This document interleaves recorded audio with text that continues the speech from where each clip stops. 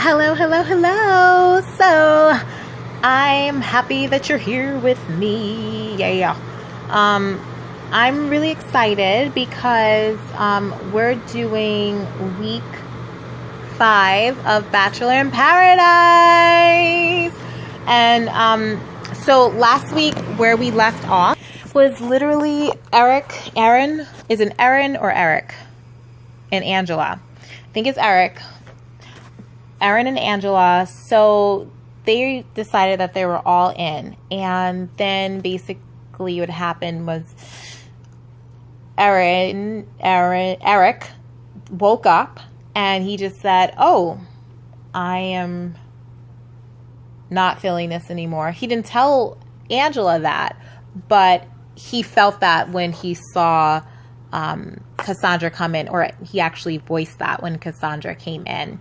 And he decided, when Cassandra basically invited on that date, because she got a date card when she came in, he accepted it and was so excited. And then after accepting the date with Cassandra, he decides to tell Angela. So this is Relationship Part 2. Because I'm shooketh, the relationships are shook, and this is just a continuation from what we started talking about last week. So with Angela and Eric having this situation, it basically caused tremors throughout the rest of Paradise, and other relationships on Paradise we see in this episode being tested, being shook, and it's Relationship Part 2. I want to talk about something with Angela and Eric, this whole concept of the all-in. In part of this episode, we see that Eric starts explaining himself to Cassandra, and he says, maybe my version of all-in is different than Angela's version of all-in. And I'm sitting here thinking to myself, I didn't know there were different versions of something that seems so clear. But it seems to be a great reminder to have super clear communication, really depending on the audience, the person that you're actually speaking with. And if the person's not a straight shooter and is kind of a commitment-phobe, then maybe that clear communication needs to take place. That doesn't mean that it's going to not cause heartbreak or disappointment in the end, but at least you know you did what you needed to do to make it absolutely clear to that person. Because what I'm seeing here is that Eric is kind of trying to sneak his way out of the situation, and he doesn't want to take responsibility for the fact that he said he was all in, and then the next morning he didn't feel that. And then instead of going to Angela and expressing that to her, he accepts the date and then has to explain himself later, which I didn't really feel was a clear explanation. But I think this is just a really interesting thing that I wanted to quickly talk about. This whole concept of versions of something that seems so clear, and clear communications in relationships. Because if you're not talking to someone who's a straight shooter, then you can say, yeah, it's all blue. And they're like, yeah, it's all blue. And then you're like, yeah, but okay, my version of blue is sky blue. You know, that pale blue, that baby blue. It's like you have to be really clear. And they're like, oh, okay, I was talking about royal blue all the way. So in that case, it's almost like you have to have that clear communication, because, you know, blue might be blue, but if someone really wants to basically slither out of a situation or whatever, there might be variations of that. And so and I'm sorry but to say, but that's what I'm seeing here, this whole version of all in. There is no other version of all in. Did he mean the all in that was, you know, 50-50 all in? Was that the version of all in he was talking about? The 60-40 version of all in? Because it certainly wasn't the 100-100. There was no all in there, because I don't see how you can be all in one moment and then not, you know, be there the next. But please tell me if you've ever dealt with that. I'm just curious, like in relationships where literally it could be fine one moment and then the next day, I mean, we're talking about the next morning, the next day, something completely different. So we're gonna move on a little bit. The last thing I just want to say about this situation with Aaron and Angela is that he was saying to Chelsea that, oh, so it's all on me. I think guys in general, if you are the one who is making that decision that actually is hurting someone because you are, you know, slicing the bread on both ends of the loaf.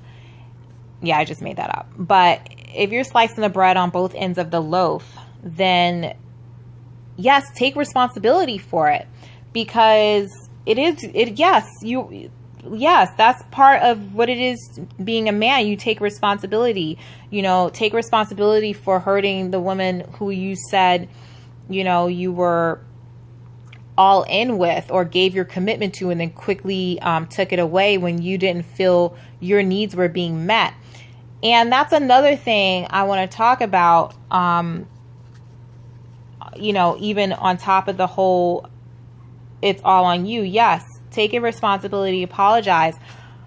But the other part of that is feeling safe in relationships. Because if you're with someone who you may have been getting a vibe that they are a commitment phobe or a flight risk, do you really want to invest and like really just put all of yourself out there and meet all their needs and check off all the boxes that they're looking for? Because at the end of the day, you might not feel safe to do that, and they could be gone the next moment or the next morning. So how do you feel safe to express your love and meet the needs of the other person if they're showing signs of being a flight risk, a commitment phobe, and all that stuff? So just taking that from real life to paradise, it's kind of like, I wonder if Angela, because Eric was saying, oh, you know, I wasn't feeling that from you. I wasn't feeling that from you. And my whole thing is, okay, so you were feeling insecure. You didn't feel like she was all in, but were you making her feel safe to express herself to the point where you could feel like she was all in? Maybe she was holding back a bit because she had this foreboding feeling like you were going to the next day just change your mind. Or maybe she watched Rachel's season. Dodged a bullet. Maybe she watched Rachel's season and saw some things, you know? So I don't know. It's just something to like think about in real life, from paradise to real life, just how people show up in relationships, and how do you show up if you may be dealing with someone who's a commitment phobe and the grass is greener on the other side syndrome phobist, and someone who is not necessarily making you feel safe. How do you deal with that? So needless to say, this relationship, like I said earlier,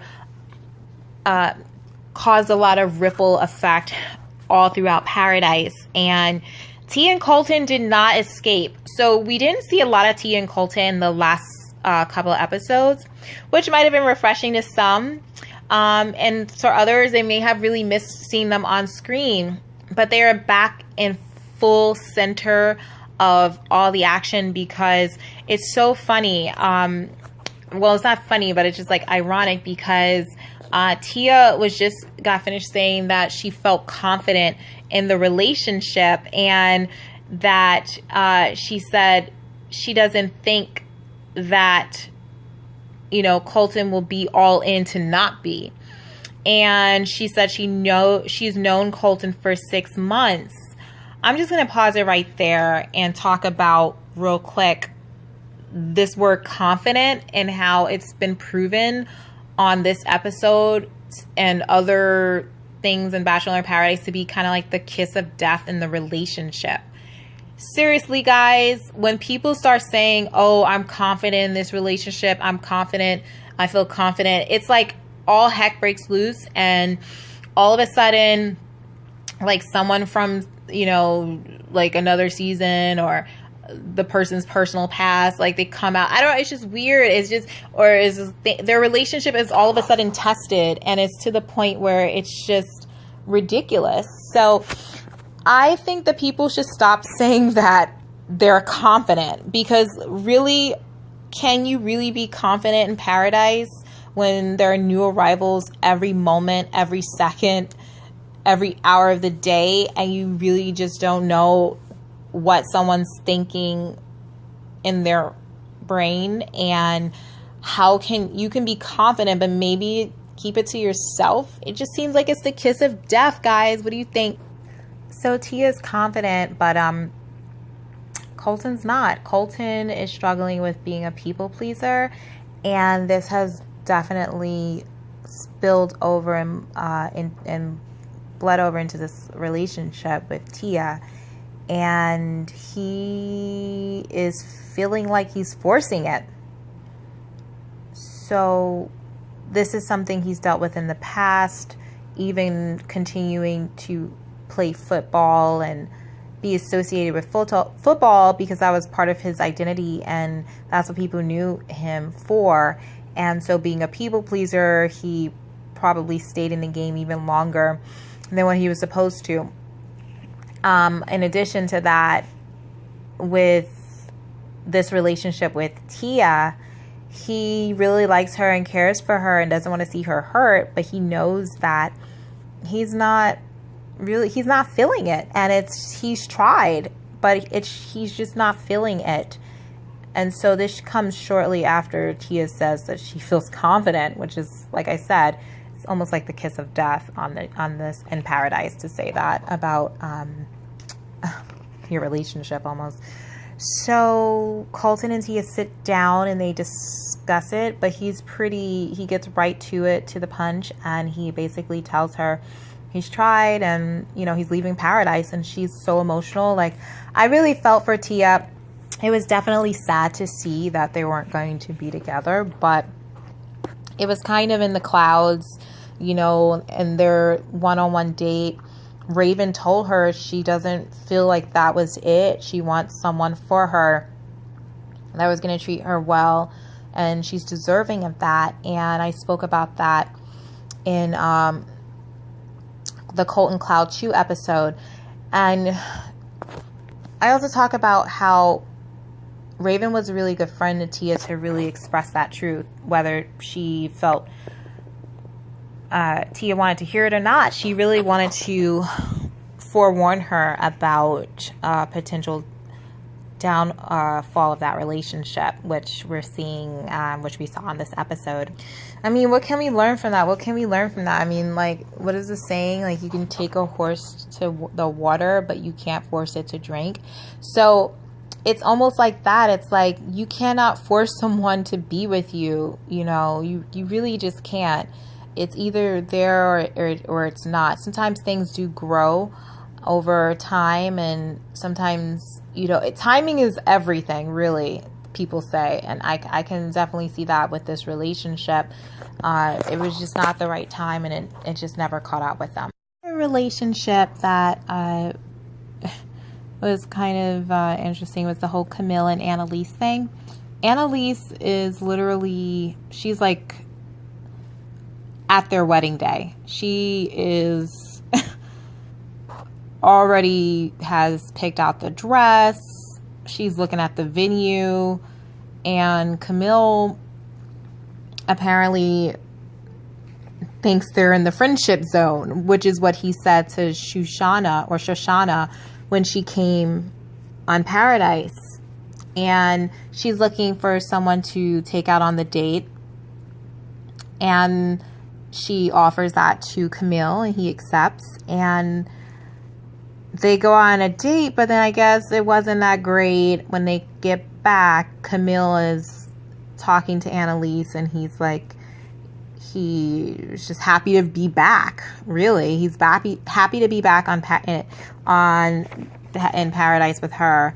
And so she, of course, is so excited to hear that. So they spend the night together. And my whole thing is, friends, they're in Kamil, you're in the friendship zone, but prior to you even going on the date, you're making out with Annaliese. I mean, I don't know about you, but I don't know friends who kiss each other on the lips with tongue and everything like that.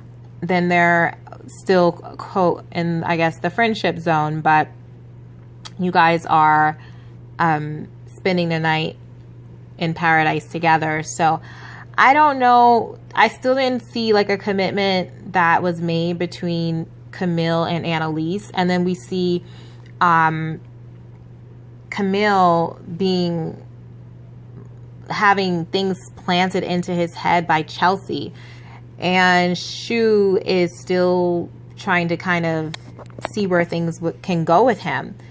And it's almost like the girls are getting kind of antsy because the guys have all the power. They're handing out the roses this week. And there's so many ladies coming in. John and Olivia seem to be pretty good. There are other couples, obviously, as well.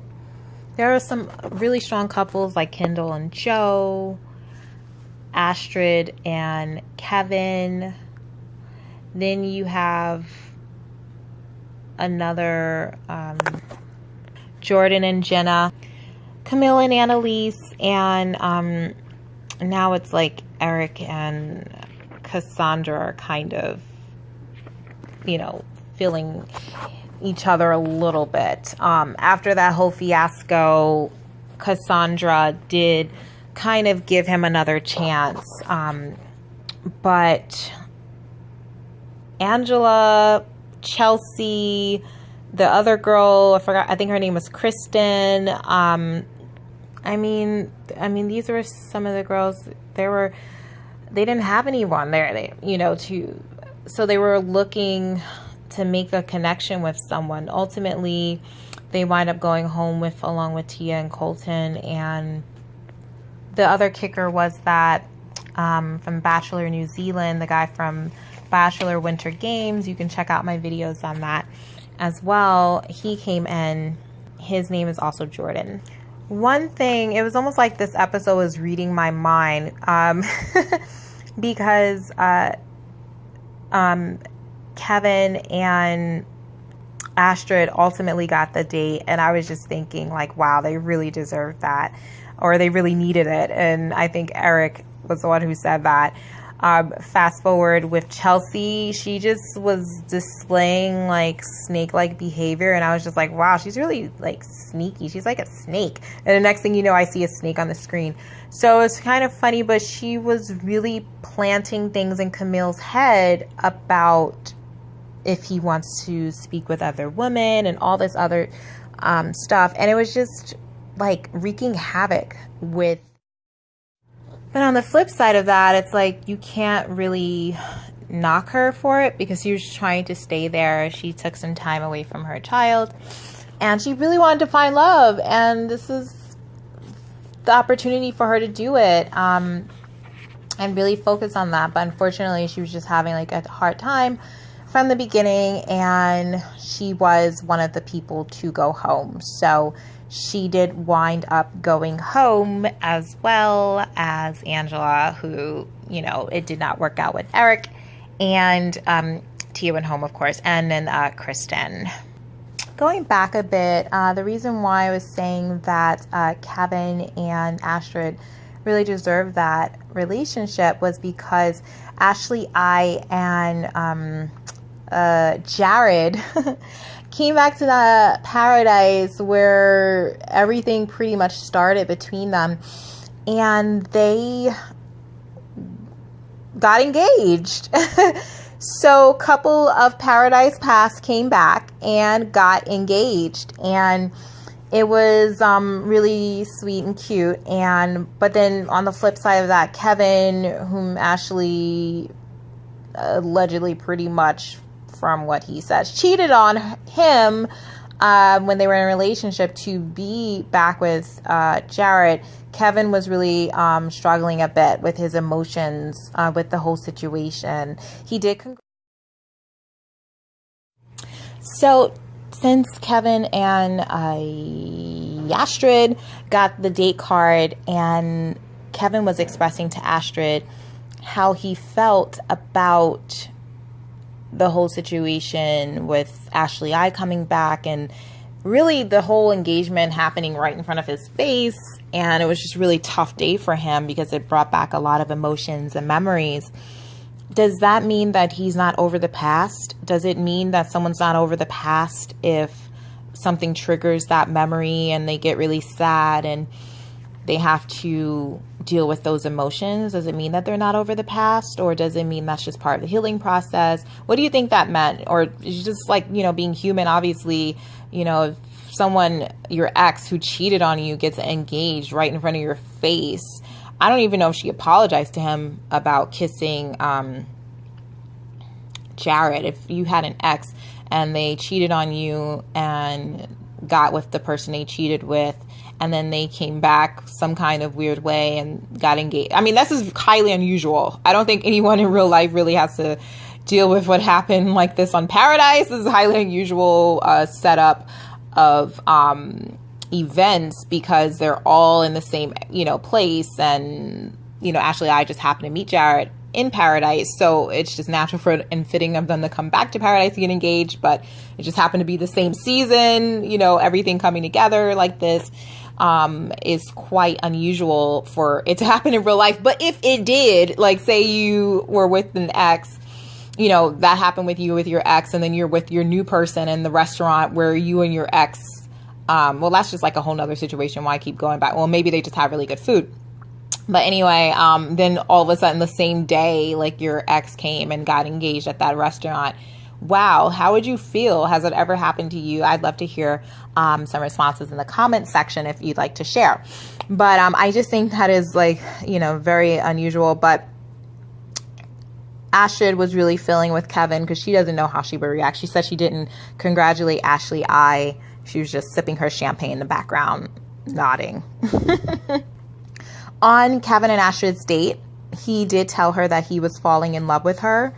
So that is pretty much it. He told her that he loved her. Another thing that's going on is you can just see there's something brewing literally or figuratively with Shoshana and the whole Kamil and Annaliese situation. She is still looking at him in that way. And I think the fact that Ashley I and Jared came back into Paradise, and she, saw how much Ashley was vying for Jared. He didn't like her, and then some kind of way she won him over, or he came to his senses, or she, tired him out, whatever it was. It was like the perfect storm of events, and Jared woke up and realized that he really did love and care for Ashley I. But like I said in I think it was my last video, I'll link it. Like I said in that video, that's more of the exception and not the rule. So I think some kind of way that got into Shoshana's head, and she starts, there's construction going on, if you hear banging in the background, but some kind of way that got into Shoshana's head. And I think that it's making her think things could go a different way. We'll get into that in part 2 of week 5, which will also be Relationship part 3, because this is gonna continue. All these relationships being shaken, tested, and stirred are going to continue into our discussion for part 2 of week 5. So thanks again for watching and or listening and subscribing, liking, commenting, and being here with me as we explore and analyze all this ooey gooey, fresh and chewy things of Bachelor in Paradise season 5. Yeah, thanks. Bye.